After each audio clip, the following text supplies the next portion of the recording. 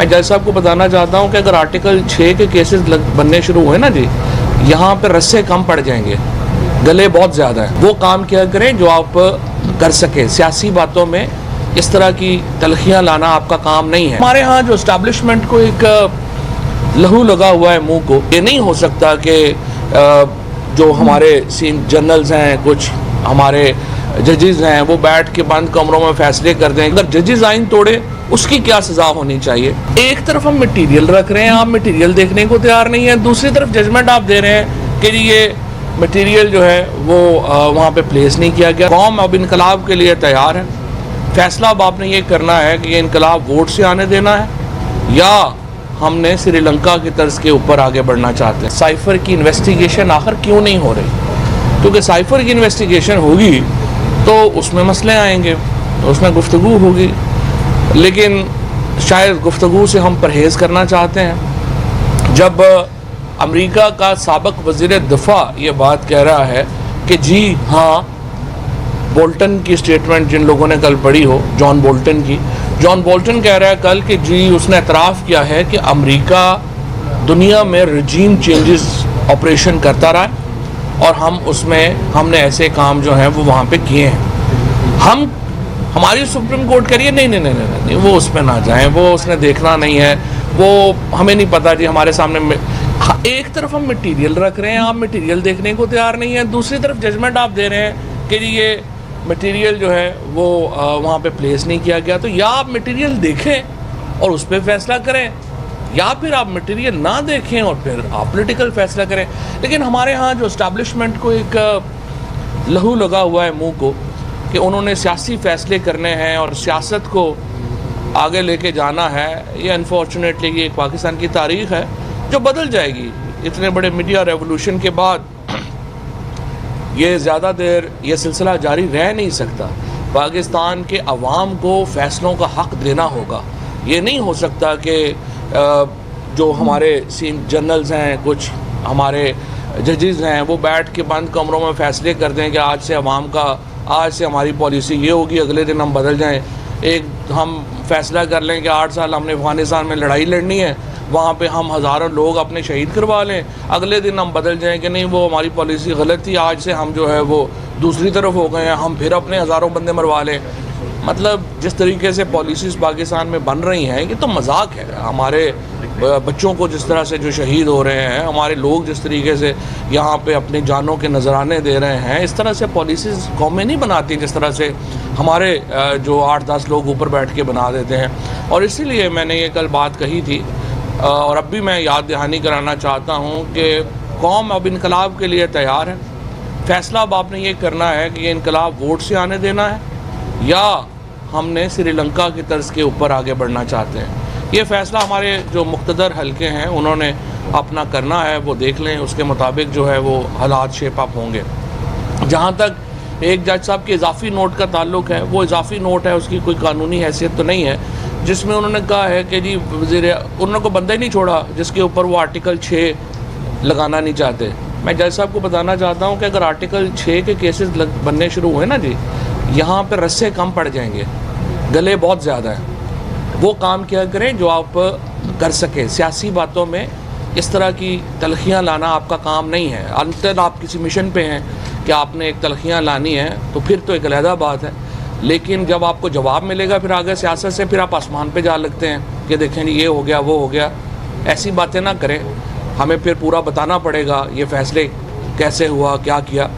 तो रिस्ट्रेन का मुजाहरा करें। आर्टिकल 6 के केसेस यहाँ पे पाकिस्तान में बनने शुरू होंगे, गले कम पड़ जाएंगे, रस्से कम पड़ जाएंगे, गले बहुत ज़्यादा है। वो काम करें जो आप कर सकते हैं। और ये जजमेंट जो है ये इंशाअल्लाह ताला इसको हम पार्लियामेंट जब आएगी, अभी तो पार्लियामेंट ही नहीं है, इस वक्त तो एक मकबूजा असम्बली है जिस असम्बली में राजा रियाज साहब जो हैं वो लीडर ऑफ अपोजिशन है।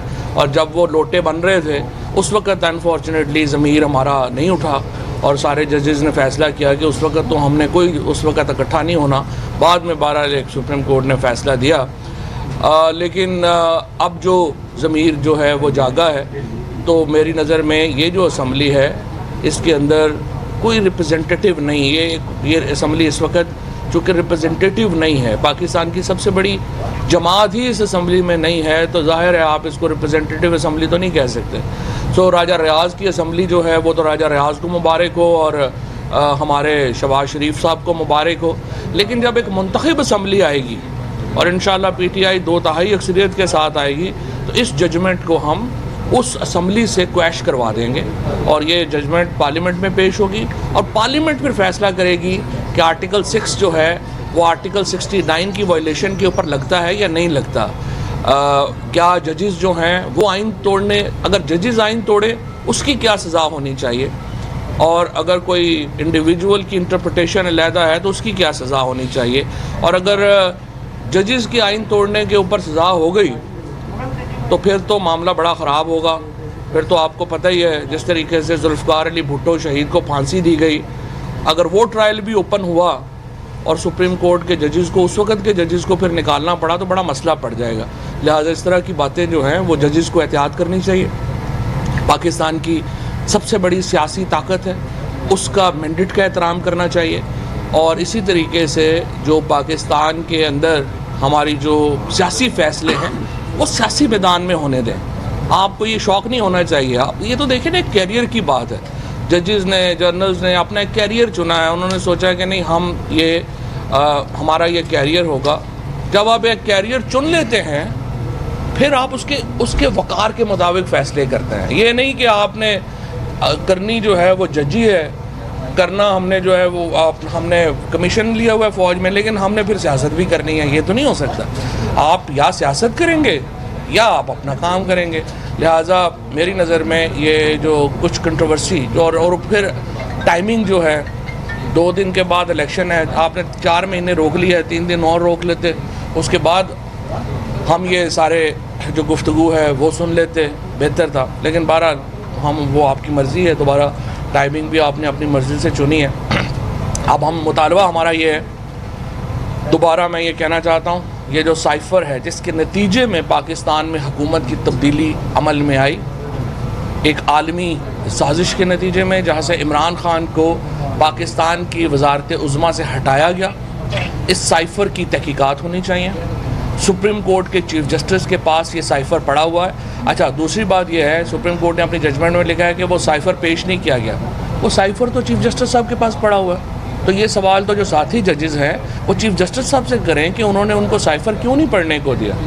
अगर साइफ़र पढ़ना इम्पॉर्टेंट था, मटेरियल इम्पॉर्टेंट था, तो वो आप चाहते हैं, अगर स्पीकर साहब से हम ये तवक्को करेंगे कि वो जाके वहाँ पे पढ़ के सुनाएं, तो फिर आपकी मर्ज़ी है, उनको बुला लें, पढ़ के भी सुना देते हैं। लेकिन वो साइफ़र चीफ जस्टिस साहब के पास उनके ऑफिस में सील्ड है, तो आपको चाहिए था कि ये जजमेंट लिखने से पहले अपने साथी जजेस को पढ़वा देते कि ये साइफ़र है और इसमें ये लैंग्वेज इस्तेमाल हुई है। उसके बाद नेशनल सिक्योरिटी कमेटी के जो मिनट्स हैं वो बड़े इंपॉर्टेंट हैं, उन मिनट्स को मंगवा के पढ़ लेते आप कि क्या उनमें लिखा हुआ है। वो अभी तक रिवील नहीं हुए, और आपको कमीशन बनाना चाहिए जिसमें आप ये सारे मामला जो हैं वो लेके चल सकें। और इंशाअल्लाह ताला ये जब नई पार्लियामेंट आएगी, अगर इन्होंने ये कमीशन की तहकीकात नहीं की तो फिर नई पार्लियामेंट आके इसकी मुकम्मल तहकीकात करेगी, और जो मुलव्वस लोग हैं जाहिर है कि उनके ख़िलाफ़ कार्रवाई जो है उसको कानून के मुताबिक जो है वो होगी। जहाँ तक मैं अगले ज़िमनी इलेक्शंस में आना चाहता हूँ, इंशाअल्लाह ताला बिल्कुल आखिर आ चुका है। कल इमरान खान जो है वो लाहौर होंगे और आखिरी जो कैंपेन है वो लाहौर में वो ख़त्म करेंगे। एक लहर है इस वक्त, एक तूफ़ान है, एक सुनामी है इस वक्त तहरीक इंसाफ का, और हमारे कई दोस्तों को ये है कि पता नहीं धांधली होगी। मैं आपको बताना चाहता हूँ, जो मर्जी कर ले, ये तूफ़ान नहीं रुक सकता। इस वक्त PTI का, पाकिस्तान के गयूर अवाम का ये इस वक्त एक फ़ैसला हो चुका है, और इंशाअल्लाह उस फैसले को वो अपनी मोहर से, बल्ले पर मोहर लगा के ये फ़ैसला अनाउंस करेंगे, और ये फ़ैसला इंशाअल्लाह मेरिट के ऊपर होगा, दीगर फैसलों की तरह नहीं होगा। शुक्रिया। साहब ये फरमाइएगा, के बाद अब आप अदालत के नोटिस के लिए तैयार है? मेरा नहीं ख्याल, क्योंकि फैसलों के ऊपर क्रिटिसिज्म जो है वो तो हक है। फवाद साहब ये फरमाइएगा कि हुकूमत की जानिब से कहा जा रहा है कि पेट्रोलियम मसनूआत में जो है वो कमी करने जा रहे हैं, क्या समझते हैं कि इससे जो ज़िमनी इलेक्शन है उसमें कोई असरअंदाज होने की कोशिश हो सकती है? ये हुकूमत बेसिकली जो है ना, ये फ्रॉडियों पे मुश्तमिल है। और सारी हुकूमत जो है उसका सारा ये इनका जो सबसे बड़ा प्रॉब्लम है, नून लीग और पीपल्स पार्टी ने जो अपनी सियासत तबाह की है वो तबाह इसलिए की है कि उन्होंने अब ये समझा है कि लोग तो बेवकूफ़ हैं, लोगों को तो अकल नहीं है। सो ये इस तरह के फैसले करते हैं। मुझे आप बताइए, सबसे पहले तो मुझे बताइए, मरियम नवाज जो है, जो एक सजा याफ्ता खातून है और वो जमानत के ऊपर है, मुझे आप बताइए वो किस हैसियत में ये अनाउंसमेंट कर रही हैं कि ये तेल की कीमत कम हो रही है या ज़्यादा हो रही है? ये मुल्क है, ये तमाशा है। उसके बाद कोई जो है वो उठ के आ जाता है, वो कह देता है कि ये हमजा शहबाज को सुप्रीम कोर्ट ने गारंटी ली कि वो स्टॉप गैप के तौर के ऊपर काम करेंगे। हमजा शहबाज जो ऐसे काम कर रहा है कि जैसे उसने ज़िंदगी में जाना ही नहीं है। ये एक पूरा फ्रॉडियों का एक्चुअली एक इज्तिमा है जो पाकिस्तान पे इस वक्त मुलव्वस है।